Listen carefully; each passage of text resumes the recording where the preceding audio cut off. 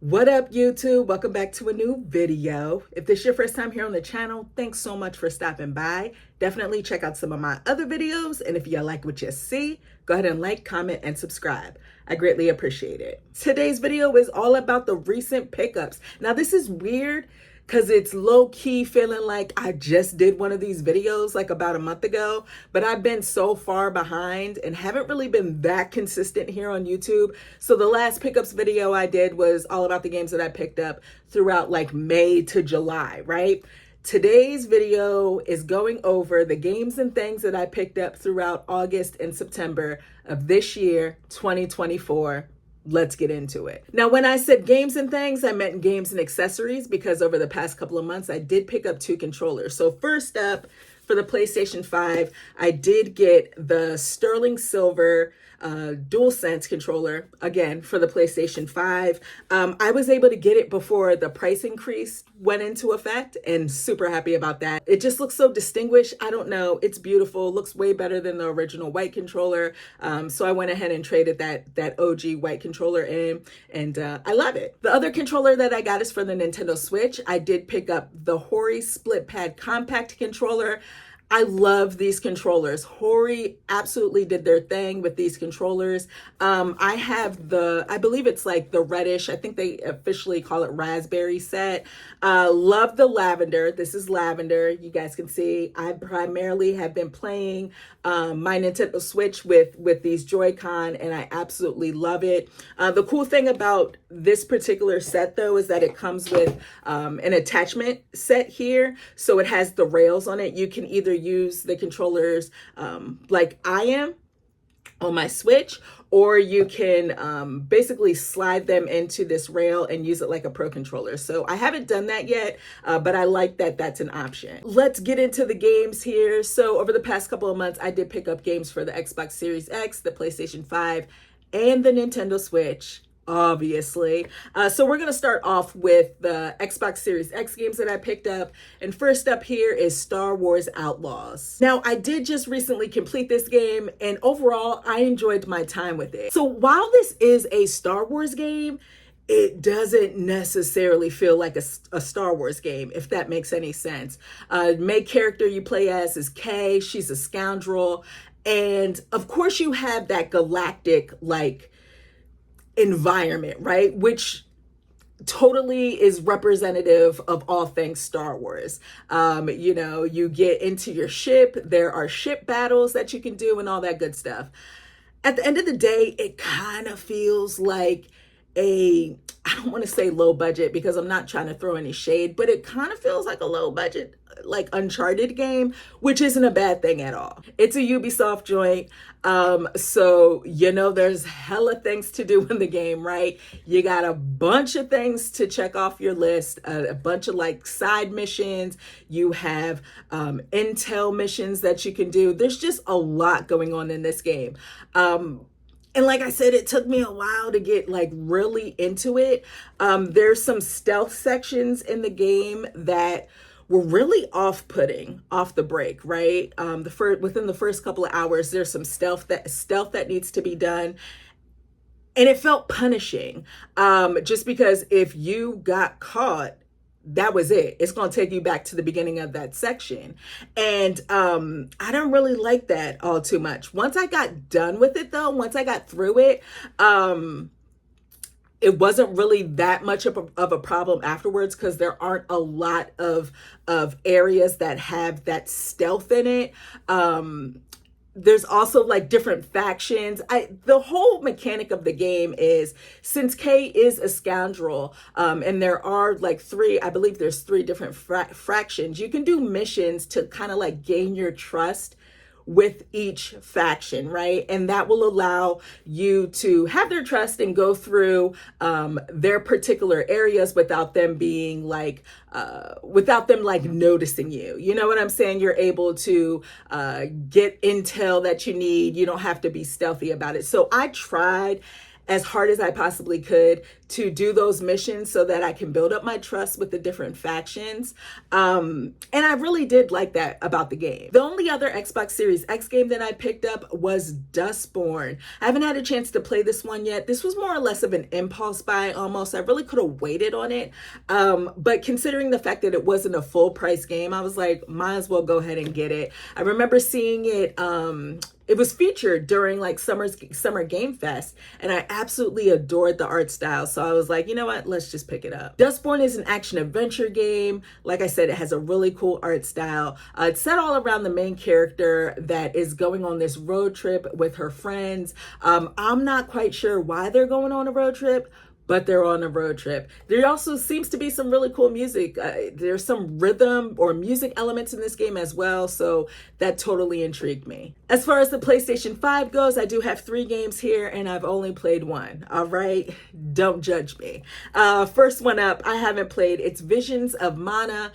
Definitely wanted to pick this up day one, even though I knew I wasn't gonna get around to it off the break. Definitely wanted to show my support day one.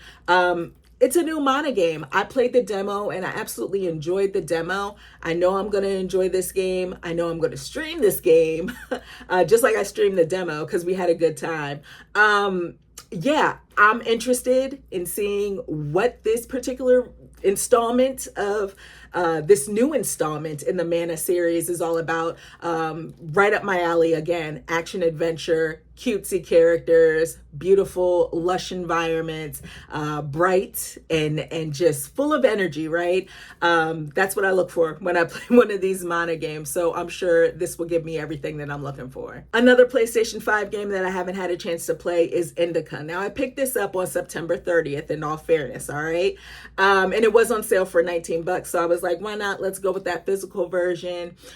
This looks super weird, but weird like in a good way, because I don't know what to make of it. As you can see, I haven't played it yet, but Indica is a third person, like story driven game, right? I believe it's set in Russia. You play as a nun, and the whole premise is she's trying to figure out her past. Now, why she doesn't know what happened in her past, I don't know. Has some horror elements to it, because I believe like the devil is in here somewhere. I don't know what's going on, but I definitely plan on playing this throughout October. I'm going to be streaming it over on my Twitch channel. If you don't follow my Twitch channel, come on over. Watch me play some scary games throughout October. This is definitely going to be one of them. Looks crazy. And I also picked up Astrobot, the game to pick up in September for the PlayStation 5. Oh, this was such a breath of fresh air. I tell you, I love this game to pieces. Astrobot is definitely one of my favorite games of this year, without a doubt. Like, I've had so much fun with Astrobot. The credits rolled, and then I went back into it because my whole goal is to get the platinum. So I got to collect everything that I can collect. Got to beat all the levels, all those special levels that are somewhat challenging. But gosh, this is like a love letter to all things PlayStation, and I love it. I'm so happy to see that Astrobot is finally getting its shine. Like, I played Astrobot Rescue Mission, which is the PlayStation 4 VR game, and I adored. That was my first, like, encounter with Astrobot, right? And I enjoyed that game to pieces. Like, definitely, without a doubt, my favorite VR game that I've ever played. And of course, I played Astro's Playroom, right? And I think we all loved that, but that was more or less like a tech demo, right? It was just giving us a little taste of what the DualSense can do. I am so glad that Sony went back and they were like, you know what? We're going to make a full-fledged game out of that. And this is absolutely it. This is a full-fledged platformer that is fantastic. Graphically, it's beautiful. The controls are just spot on. And again, all things PlayStation, right? So you're going to be seeing characters from all types of PlayStation games and series and all that good stuff. I'm in love with this game. If you haven't played it, what are you waiting on? Definitely play Astrobot. It's fantastic. I do have a stack of Switch games here, so let's get into them. Some I haven't played, some I have. So let's start off with the games that I haven't played. I got this the last day of September 30th, when I picked up Indica. This is Yars Rising. I was definitely interested in this. This is published by Atari, and I believe it's developed by WayForward, who I absolutely enjoy their games. I love WayForward games. Not all of them, but majority of them. This is interesting. It's like a Metroidvania, but the cool thing is it has elements of a Metroidvania, right? But the cool thing is that I don't necessarily know if this is a sequel to Yars Revenge that originally came out on the Atari 2600, I guess. I don't know which Atari it came out for because I'm not that old. I'm old, but I'm not that old.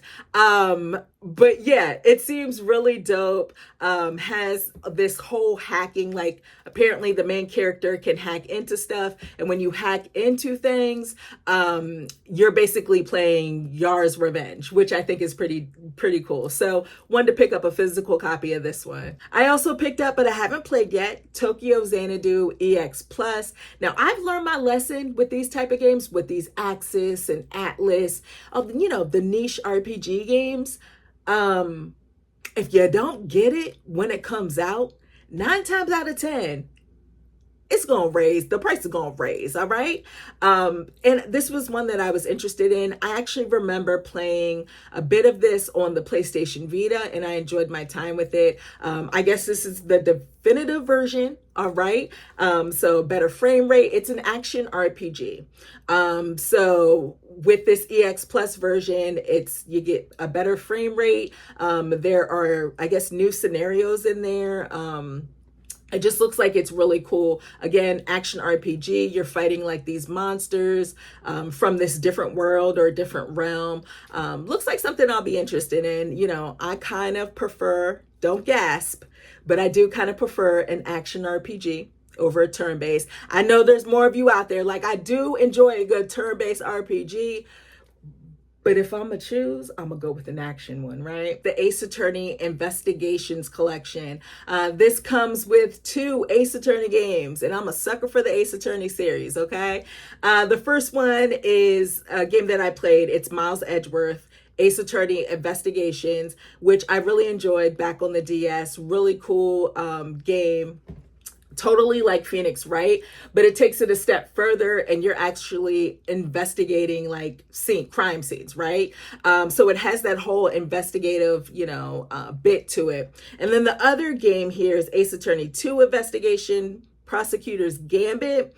I haven't had a chance to play that. And I'm really interested in playing this because that game, the sequel, never came out to the West. We never got that on the DS or any other system. So this is the first time that sequel, we're able to play it in English without a fan translation. And I'm really excited about that. I still need to play through The Great Ace Attorney, which I kind of took a break on because that's a lot of reading. Woo, those games are long. But I definitely, when I'm itching to play a new Ace Attorney game, definitely will check out that sequel. I did complete Cat Quest 3, and I had so much fun with it. This was a really good time. Cat Quest 3 basically is all about the pirates, right? It takes place on Caribbean Island. So, it has that pirate vibe to it.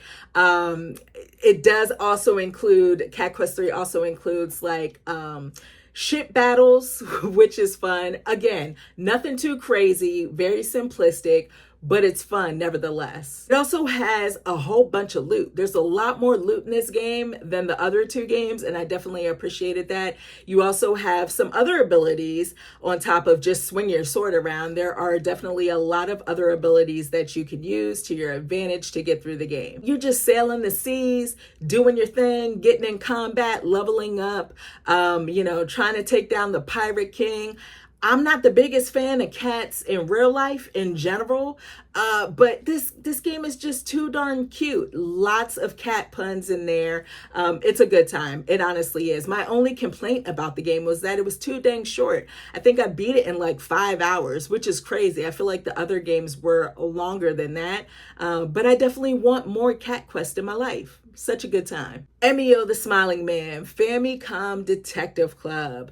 This right here, Oh, I'm enjoying my time with this. I really am. Nintendo did their thing with the initial trailer for this game because it left us all wondering, what the hell is this, right?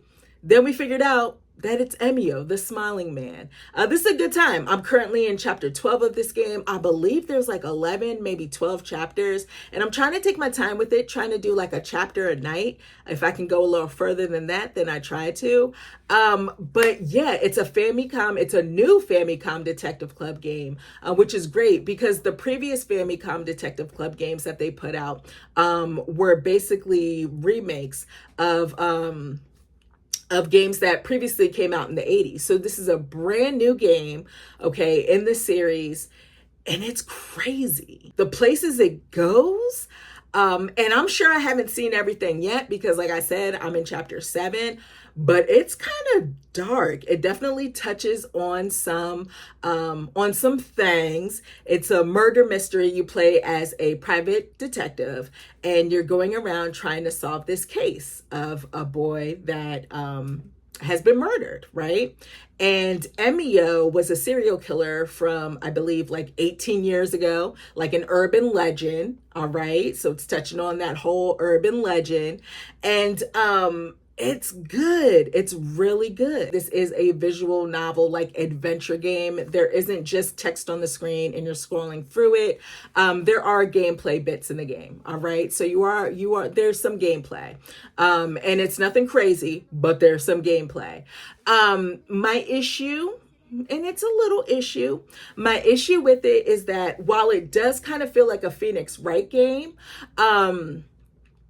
sometimes it's hard to figure out what I'm supposed to do next to further the story, if that makes any sense. So like if I'm trying to get information out of someone in the game, right? I'll go to one of the options where I ask/listen, and I'll press that. And then you have a little list of things that you can ask about or listen to.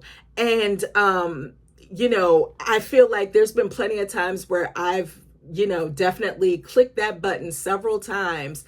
And I'm like, what am I supposed to do next? Because the people are just repeating what they were saying before, then you can think about what they said. There's a lot of things in here, but I feel like I finally have it down to a science because I'm kind of moving quickly along, and that's good for me. While I do want to cherish the game because I'm enjoying it, I think the story's really interesting.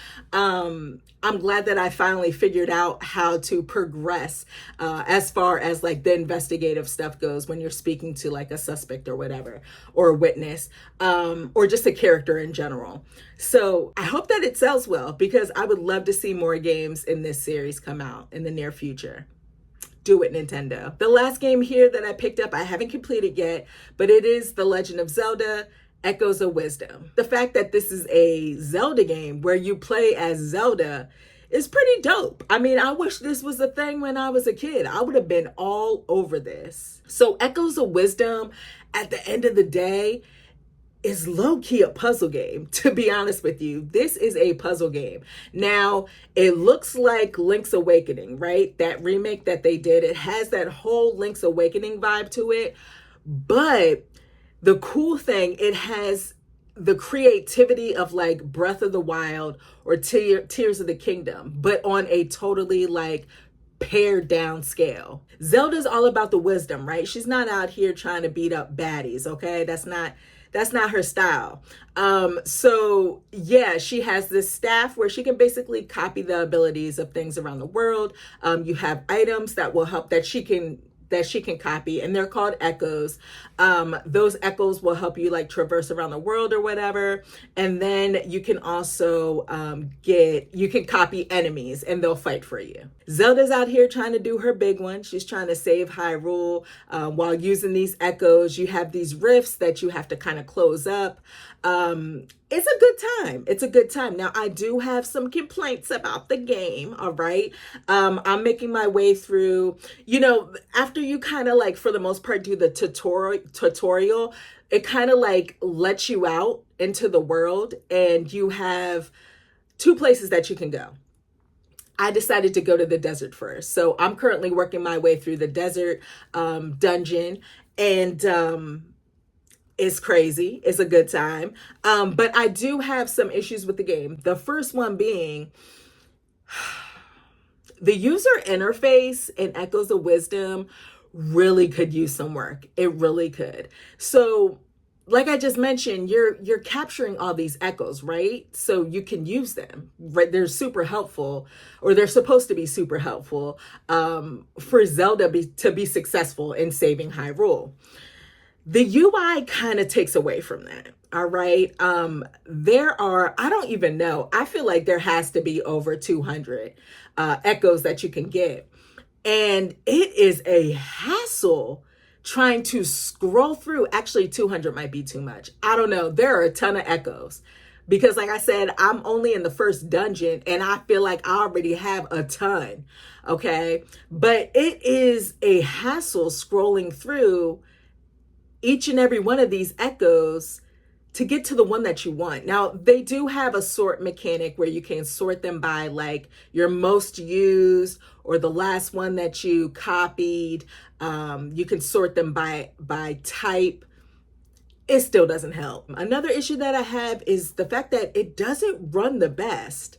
And I don't know if it's because I'm playing it in handheld mode, but I don't really notice it when you're in a dungeon. When you're in a dungeon, you don't really notice it all that much. But when you get out into the open world, it kind of stutters, especially if you're in combat. Like if you're, calling out your echoes and you have like more than 2 enemies that you're trying to, kill, you can see some stutter and it's crazy. It stutters, which is wild. Well, really, that actually means that we need a new Switch in our lives. But with all that being said, I'm sure that's coming soon.